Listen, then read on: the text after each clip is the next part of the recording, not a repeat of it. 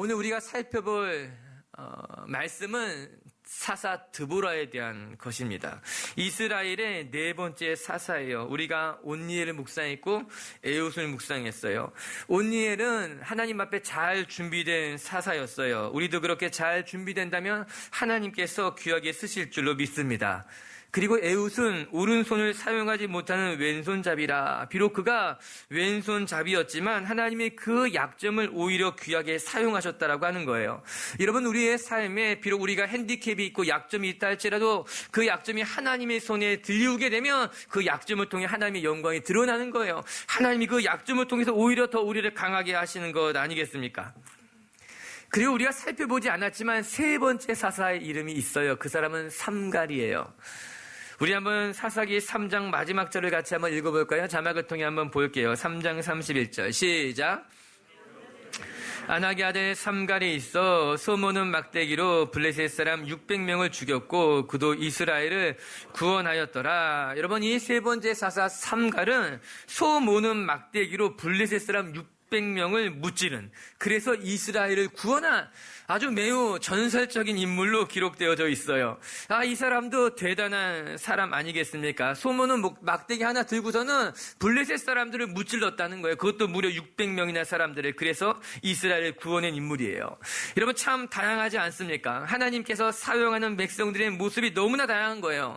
정통 유다 가문의 후예에서 자란 온니엘을 하나님이 사용하시기도 하고, 또 오른손을 사용하지 못하는 약점을 가진 왼손잡이 에웃을 통해서 이스라엘을 구원하시기도 하고, 또 세 번째 사사, 여러분, 삼갈은 아마 농부였을 것이다, 아니면은 소를 모는 목자였을 것이다 이야기하는데, 그 농부를 통해, 목자를 통해 블레셋 사람 600명을 무찌르고 이스라엘을 구원해낸 거예요. 그리고 오늘 우리가 살펴볼 네 번째 사사 드보라는 여자예요. 여러분, 이것은 당시 문화적 배경으로 본다면 매우 놀라운 일 아니겠습니까? 여러분, 그 당시 여자를 사사로 하나님이 사용하신다, 상상할 수 없는 일이에요. 지금이야 여성 리더십이 대세처럼 느껴질 만큼 훌륭한 여성 리더들이 많이 세워지고 있지만, 여러분, 그 당시에 여자가 리더가 된다고 하는 것은요, 상상하기 어려운 일 아니겠습니까? 여러분, 예수님 살아계셨을 당시에 유대 사람들은 아침에 일어나면 세 가지 감사기도를 했다고 해요. 첫 번째는 내가 이방인으로 태어나지 않은 것에 대해서 감사했고요. 두 번째는요, 내가 종으로 태어나지 않은 것에 대해서 감사기도했고요. 세 번째는요, 내가 여자로 태어나지 않은 것에 대해서 감사기도했대요. 요즘 이런 말 하면 큰일 나죠. 근데 그때 당시는 그랬다는 자료들이 있더라고요. 그런 문화적 배경을 생각해서 오늘 말씀을 묵상해 본다면 충격적인 일이에요. 하나님은 달랐다는 겁니다. 하나님은 가나안 왕 야빈에게 고통당하는 이스라엘을 구원하기 위해서 당시 사람들은 상상할 수 없었던 여성 드보라를 세워서 이스라엘을 구원해내기 시작했다는 거예요. 우리 사랑하는 미체교회 성도 여러분, 전 우리의 배경이 중요하지 않은 줄로 믿습니다. 우리가 얼마나 대단한 사람이든, 우리의 과거가 얼마나 부족하든, 때로는 우리가 남자이건 여자이건 당연히 중요하지 않은 거예요. 우리가 하나님 안에 온전히 준비가 되어 있다면, 우리가 바른 믿음 안에 거한다면, 우리가 얼마나 부족하든지, 우리가 어떤 배경을 가졌든지, 어떤 과거를 가졌든지 간에 그거는 중요하지 않고 하나님이 우리를 들어 쓰셔서 하나님의 영광을 드러내시는 줄로 믿어요. 사랑하는 미체교회 성도 여러분, 우리는 배경이 다 달라요. 우리는 모양새도 다르고 우리는 살아온 길도 달라요. 그러나 그것 때문에 우리가 낙심하는 것이 아니라 하나님은요, 다 다른 우리들을 하나님의 때에 하나님의 사람으로 부르셔서 하나님의 뜻을 이루어 가시는 분인 거죠. 오늘 드보라를 보면 그것을 더 선명하게 알 수 있는 거예요. 여자 사사 드보라, 오늘 이 드보라를 통해서 우리가 배워야 될 것들이 있죠. 우리가 두 가지 묵상할 텐데요. 사랑하는 미체교회 성도 여러분, 저는 오늘 드보라의 삶이 저와 여러분의 삶에 도전이 되기를 바라고, 우리도 드보라처럼 귀하게 쓰임받는 인생이 되었으면, 그렇게 되게 주의 이름으로 축복합니다. 오늘 드보라를 통해 배우는 영적인 진리는요, 첫 번째, 하나님은 믿음 안에 용감하게 반응하는 사람들 통해서 역사하신다라고 하는 거예요. 여러분, 드보라라 하는 여인은 참 용감한 여인이었다. 우리 1절부터 3절까지 오늘 사건의 배경입니다. 한번 읽어볼게요. 시작. 에웃이 죽으니 이스라엘 자손이 또 여호와의 목전에서 악을 행하며 여호와께서 하솔에서 통치하는 가나안 왕 야빈의 손에 그를 파셨으니 그의 군대 장관은 하롯의 학고임이요 거주하는 시스라요. 야빈 왕은 철병거 900대가 있어 20년 동안 이스라엘 자손이 여호와께 부르짖었더라. 에웃이 죽은 후에 오늘 사건은 이렇게 시작이 되고 있습니다. 무려 80년이라고 하는 긴 시간 동안 이스라엘을 다스린 리더 에웃이 죽고 나서 이스라엘에는 리더의 공백 시기를 맞이하게 됩니다. 훌륭한 리더 한 사람이 온 민족을 살렸던 것 같이 그런 리더가 사라진다고 하는 것은 민족의 위기가 될 수 있는 거였어요. 이스라엘은 강력한 리더 에웃의 죽음으로 다시 죄악의 길로 빠져들게 되었어요. 그 결과 가나안 땅 왕 야빈의 손에 아주 심한 학대를 받았다고 성경이 기록해 놓고 있는 것 아니겠습니까? 이게 지금 사사 드보라가 활약했던 시대적 배경인 거예요. 한때 평화롭던 이스라엘이 다시 무너진 거예요. 평화는 사라졌어요. 가나안 왕의 학대로 말미암아 희망을 잃어버린 채 피지배국의 슬픔 속에 하루하루를 살아가는 것 아닙니까? 희망적인 시대가 아니에요. 절망적인 시대인 거예요. 신앙을 붙들고 살아가기보다는 비참하게 살아갈 수밖에 없는 현실, 큰 학대, 큰 수모를 받았을 때다.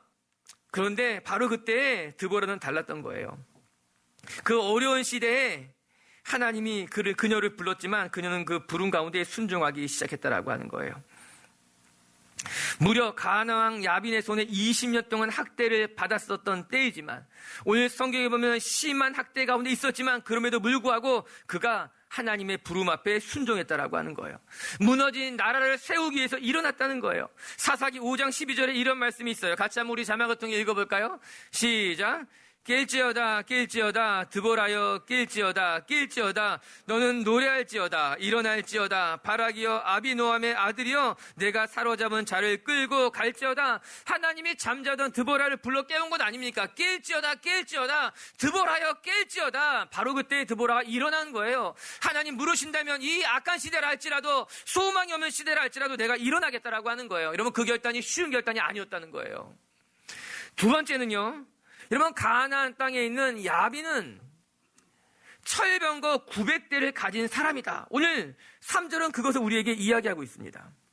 철병거 900대가 있으니 가나안 땅 야빈의 군대 장관은 시스라였어요. 그리고 그 시스라가 가진 철병거는 전차로 무려 900대, 그 당시 상상할 수 없는 어마어마한 무기를 보유하고 있었던 것 아니겠습니까?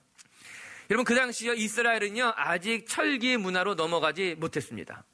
청동기 문화였던 거예요. 그러나 가나안 사람들은, 블레셋 지역에 있는 사람들은 해상 무역으로 말미암아 이미 철기 문화로 넘어갔다는 거예요.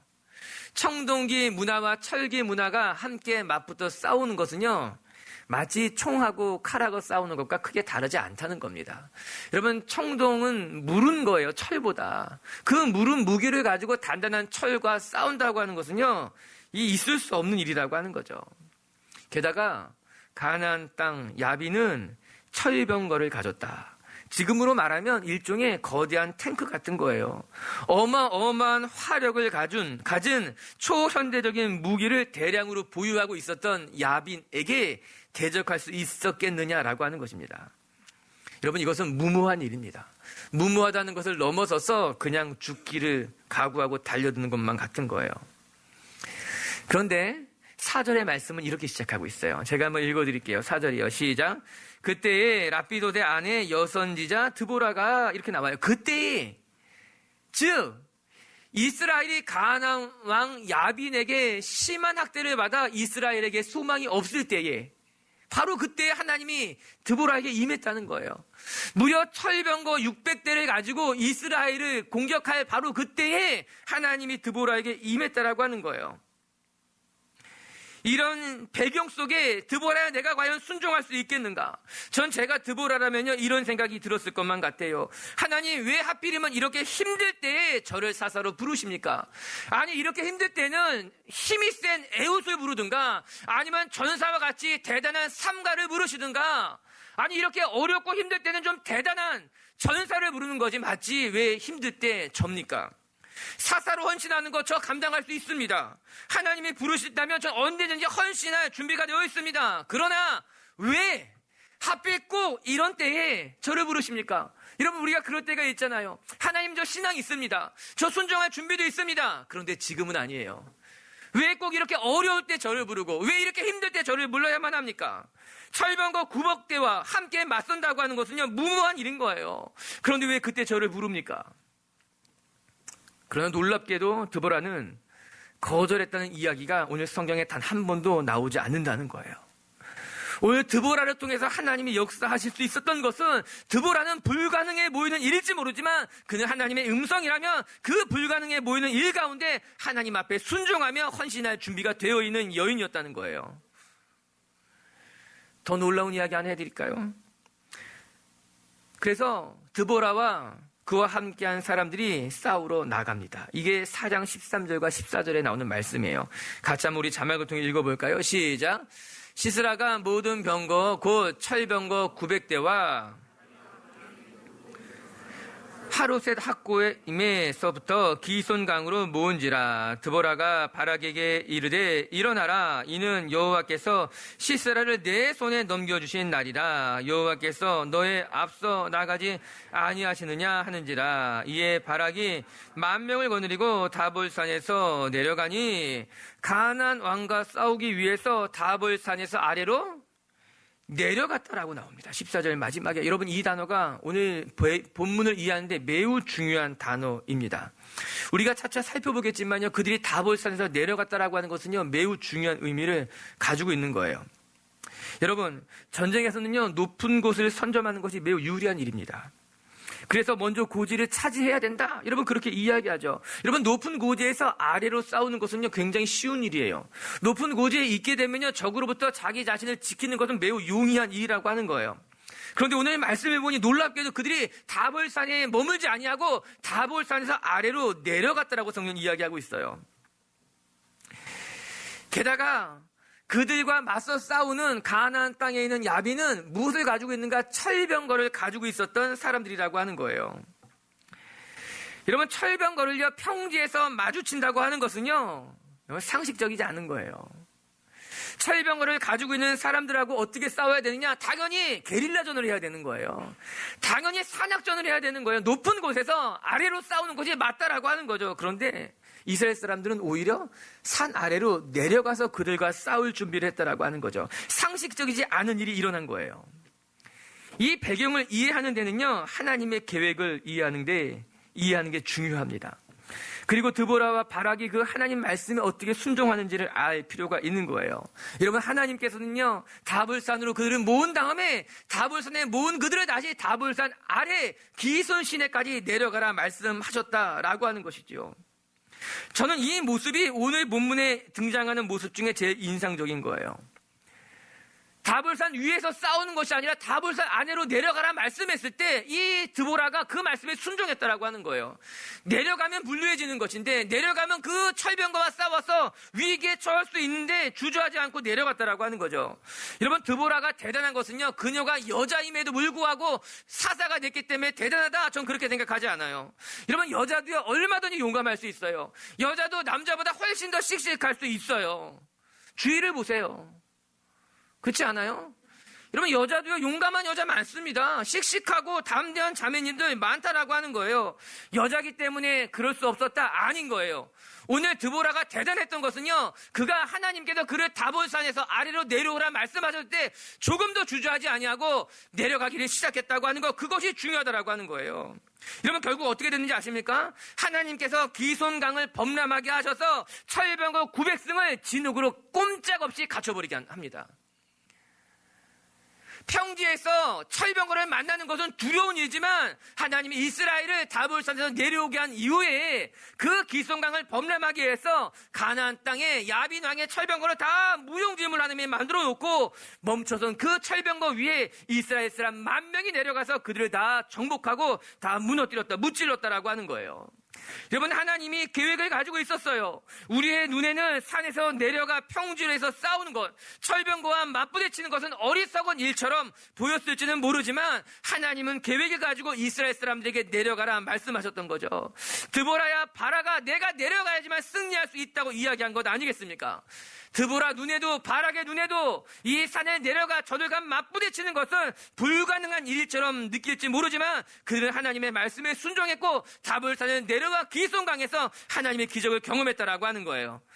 저는 이것이 바로 드보라가 칭찬받아야 될 점이다. 여성이기 때문에 감당하기 힘든 일에도 칭찬받는 것이 아니라 그 사건 자체가 불가능한 일이었음에도 불구하고 그녀가 하나님 앞에 순종했다라고 하는 거예요. 사랑하는 미체교회 성도 여러분, 우리의 삶에 불가능한 것처럼 보이는 일이 있을 수 있어요. 내가 감당하기 어려운 일처럼 느껴지는 일들과 마주할 수도 있다라고 하는 거예요. 내 자신을 보면 한없이 초라해 보이기도 하고 나 같은 사람이 그런 일을 할 수나 있을까 싶기도 하지만 그러나 기억하시기 바랍니다. 하나님께서 우리와 함께 하신다면, 하나님이 명령하셨다면 전 저와 여러분에게 하나님이 주시는 담력도 있고 하나님이 주시는 길도 있고 하나님의 기획이 나타날 줄로 믿습니다. 하나님이 인도하신다면 하나님이 예비해 놓으신 거예요. 하나님이 부르신다면 그곳에 하나님의 기적이, 계획이 여러분을 기다리고 있는 것 아니겠습니까? 우리가 하나님의 계획을 어찌다 헤아리겠어요. 그러나 하나님의 부르심 속엔 하나님의 계획이 숨겨져 있고 그 하나님의 부르심에 순종할 때에 우리의 삶에는 하나님의 역사가 나타나는 것 아니겠습니까? 사랑하는 미체교회 성도 여러분, 우리의 삶에 하나님이 주시는 담대함이 있어서 여러분 마주친 모든 상황 속에 정말 용감하게 담대하게 감당하시는 분들이 되길 주님의 이름을 축복합니다. 두 번째, 드보라를 통해서 배우는 것은 드보라는 참 지혜롭고 진실된 경건한 지도자였다라고 하는 거예요. 드보라의 리더십이 첫 번째 용감했다면 두 번째는요, 그녀는 삶 가운데 경건하고 지혜로운 여인이었다. 오늘 4절과 5절 말씀 같이 한번 읽어볼게요. 시작. 그때에 랍비돗의 아내 여선지자가 드보라가 이스라엘의 사사가 되었는데 그는 에브라임 산지 라마와 베델 사이 드보라의 종려나무 아래에 이스라엘 자손은 그에게 나아가 재판을 받더라. 여러분, 4절, 5절에는요, 드보라의 삶이 나옵니다. 어떻게 보면 그녀의 직업이라고 말할 수 있을 거예요. 드보라는요, 사사가 되기 전에 선지자로 먼저 헌신했던 것만 같습니다. 그래서 그녀는 하나님의 선지자로서 종려나무 아래에서 이스라엘 사람들을 재판했던 거예요. 성경은 그렇게 말합니다. 여기는 단지 재판이다 말했지만 사실은 그건 재판을 넘어서서 이스라엘 사람들을 돌보는 것이고 이스라엘 사람들에게 말씀을 가르치는 것이고 이스라엘 사람들을 상담해 주는 일이었다라고 하는 거예요. 그래서 드보라는 무슨 일을 하고 있었는가? 여러분, 그녀는요, 하나님의 부르심 앞에서 자기의 삶의 자리에서 그냥 이스라엘 사람들을 돌보고 섬기고 그들에게 말씀을 가르치고 상담하고 있었던 여인이 드보라라고 하는 것이죠. 당시는 전쟁의 상황이었지만 드보라는 자기에게 맡겨진 일을 자기의 삶의 자리에서 참 경건하게 잘 감당하고 있었던 것을 오늘 이 한 절의 말씀을 통해 배우게 된 거예요. 라마와 베델 사이에 드보라의 종려나무다. 왜 그렇게 이야기했습니까? 아마도 드보라의 집 가까이 있는 종려나무 아래에서 드보라가 늘 사람들을 만난 거예요. 사람들에게 말씀을 가르치고 그들을 위해 기도해주고 드보라에게 찾아온 사람들을 섬기고 그들을 상담하고 때로는 시비를 가려주면서 그녀는 자기에게 맡겨진 삶의 자리를 충실하게 진실되게 경건하게 지키고 있었다라고 하는 것이죠. 여러분, 우리가 생각하는 드보라와 오늘 우리가 읽은 드보라의 모습은 조금 다를지 몰라요. 우리가 생각하는 여사사 드보라는 무엇인가 힘이 있고 능력이 있고 정말 여자지만 전사와 같은 사람이라고 생각했을지 모르지만 제가 오늘 드보라를 다시 묵상하면서 깨닫게 되는 것은 드보라는 우리가 생각하는 처럼 드세고 전사와 같고 다른 사람들을 정복하는 그런 사사라기보다는 자기에게 맡겨진 삶의 자리에서 진실되게 경건하게 자기에게 주어진 일을 하나씩 하나씩 해가면서 이스라엘 사람들을 돌본 사람이 드보라라고 하는 거예요. 때는 사사시대였어요. 각자 자기 소견에 옳은 대로 살아갔던 시대였지만 그러나 드보라는 하나님의 사람으로서 하나님의 음성을 들으며 경건하게 자기의 자리를 지켰다는 거예요. 여러분, 시대를 탓하지 않게 되기를 바랍니다. 사람들을 핑계하지 않게 되기를 바랍니다. 어느 시대이건 아무리 악한 시대라 할지라도 아무리 어려운 시대라 할지라도 하나님의 말씀 속에 경건하게 자기의 신앙을 지키며 살아가는 사람들이 있었다라고 하는 거예요. 전 우리 미치교회 성도들이 대단한 사람들은 아닐지라도 아닐지라도, 탁월한 사람은 아닐지라도 저는 우리에게 맡겨진 자리에서 충성스럽게 진실되게 경건하게 여러분의 자리를 지켜나가는 분들이 되기를 주의 이름으로 축복합니다. 이처럼 우리가 지금까지 묵상했던 사사기에 등장한 사사들은 다 한결같이 영웅적인 인물이었어요. 힘이 있고 전설적인 사람들이었다라고 하는 거예요. 그런데 네 번째 사사 드보라를 마주할 때 우리는 전혀 다른 사사의 모습과 마주하게 되는 거예요. 그녀는 전설적인 인물도 아니었고요. 대단한 힘, 능력을 가진 사람도 아니었어요. 그러나 드보라는요, 지혜를 가진 여인이고요. 겸손하게 자기에게 맡겨진 삶의 자리에서 자기의 삶을 지켜나갔던 사람이 드보라라고 하는 거예요. 전 우리 비추교회 성도들이 삼갈이 아니면 어떻습니까? 에웃이 아니면 어떻습니까? 대단한 능력을 가진 전사가 아니면 어떻습니까? 우리가 우리에게 맡겨진 삶의 자리에서 하나님의 음성을 들을 수 있다면, 우리가 맡겨진 삶의 자리에서 진실되게 우리의 삶을 지켜나간다면 저는 우리의 삶을 통해 하나님이 역사하실 줄로 믿습니다. 사사기 5장 9절엔 참 귀한 드보라의 고백이 나와요. 같이 한번 자막을 통해 읽어볼게요. 시작. 내 마음이 이스라엘 방백을 사모함은 그들이 백성 중에서 즐거이 헌신하였으니 여호와를 찬송하라. 아멘. 드보라에 대한 이야기는 4장과 5장에 걸쳐서 소개되고 있어요. 굉장히 긴 장을 하려 했는데 다른 것이 있어요. 4장은 드보라에 대한 이야기예요. 서술로 되어 있고요. 5장은 드보라와 바락의 노래예요. 시예요. 하나의 사건을 가지고 장르가 다른 두 개가 모여진 거예요. 4장은 이야기로서 그 사건을 풀어서 설명했다면 5장은 그 사건에 대해서 이 드보라와 바락의 노래, 시, 고백이었다라고 하는 거예요. 그래서 이 드보라라는 사람이 어떤 사람인지를 굉장히 입체적으로 볼 수 있는 참 귀한 자료가 되는 것이에요. 여러분, 드보라가 무엇이라고 고백했는지 한번 보시기 바랍니다. 왜냐면 5장 9절에 보면요, 많은 하나님의 백성들이 즐거이 헌신했다고 고백합니다. 이 전쟁이 하나님이 나를 들어서 사용했다고 이야기하는 것이 아니라 내가 이스라엘의 사사로서 이스라엘을 이끌어갔다고 이야기한 것이 아니에요. 사사기 기자는 드보라를 주목했어요. 드보라가 얼마나 충성스러운 사람인지를 보여줬지만 드보라의 고백 속에서는 무엇이라 나오는가? 하나님께서 충성스러운 사람들이 즐거이 헌신하는 것으로 말미암아 이런 역사가 나타났다라고 하는 거예요. 여러분, 이 고백은 5장 2절에도 반복되어져 있습니다. 여러분, 드보라는 사람이 참 귀한 여인인 거예요. 내가 높아지려고 하는 것이 아니라, 내가 드러나려고 하는 것이 아니라, 이 모든 전쟁에서 승리할 수 있었던 것은 즐거이 헌신하는 백성들 때문입니다. 즐겁게 헌신하는 이스라엘 사람들 때문에 우리가 승리할 수 있었습니다. 이야기하고 있는 거예요. 정말 멋진 리더 아닙니까? 정말 귀한 리더 아닙니까? 전쟁에 이긴 건 드보라라고 해도 과언이 아닐 거예요. 드보라의 공으로 돌려도 과언이 아닐 거예요. 내가 이스라엘의 사사라고 말할 수 있었을 거예요. 그러나 드보라는 그렇게 말하지 않았어요. 즐거이 헌신하는 그들이 하나님 앞에 쓰임을 받았고, 즐거이 헌신하는 그들로 말미암아 하나님이 영광을 받으셨습니다. 아, 드보라가 너무나 귀한 사람이구나. 다른 사사들은 힘으로 이스라엘을 이끌었다면 드보라는 진실된 마음으로 지혜를 가지고 경건한 삶으로 이스라엘을 이끌어갔던 사사구나. 하나님은 참 다양한 사람들을 통해서 이스라엘을 구원하신 거였어요. 때로는 힘 있는 사람을 통해서, 때로는 전설적인 사람을 통해서 이스라엘을 이끌어갔지만 또 때로는 겸손한 사람을 통해서, 여인을 통해서, 가녀린 성품을 가진 사람을 통해서 하나님이 이끌어 가셨다라고 하는 것이죠. 에웃은 에웃의 모습으로, 삼갈은 삼갈의 모습으로, 드보라는 드보라의 모습으로 하나님 앞에 영광을 돌린 것. 우리 비추교회 성도 여러분, 우리도 다 다른 모습, 다른 성품, 다른 곳에서 일하는 각자 다 다른 사람들이지만 전 여러분이 있는 자리에서 여러분에게 주신 성품에 따라서 여러분에게 주신 은사를 마음껏 활용하여 하나님 앞에 영광이 되는 하나님의 사람들이 되길 주님의 이름으로 축복합니다. 우리가 우리 자신을 겸손히 내려놓는다면 하나님은 그 사람을 통해서 하나님의 영광을 드러나게 될 줄로 믿습니다. 삼갈이 아니어도 괜찮아요.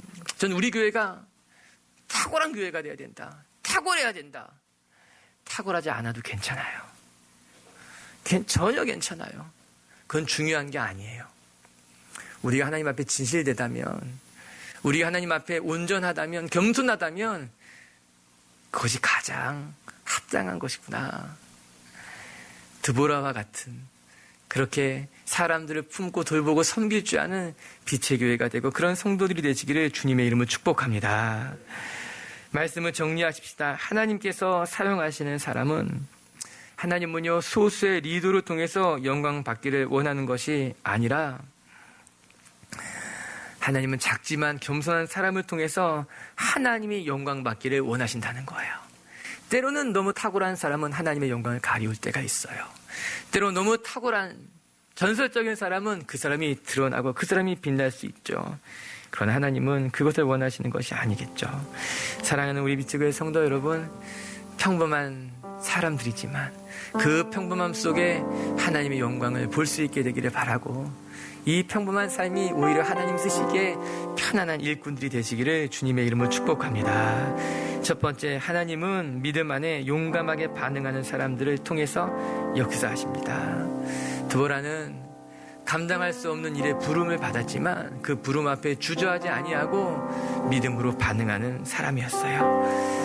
때로는 우리의 삶에 감당할 수 없어 보이는 일들과 마주할 때 여러분 낙심하거나 초라해지는 것이 아니라 믿음으로 반응하시는 하나님의 사람들이 되기를 주의 이름으로 축복합니다.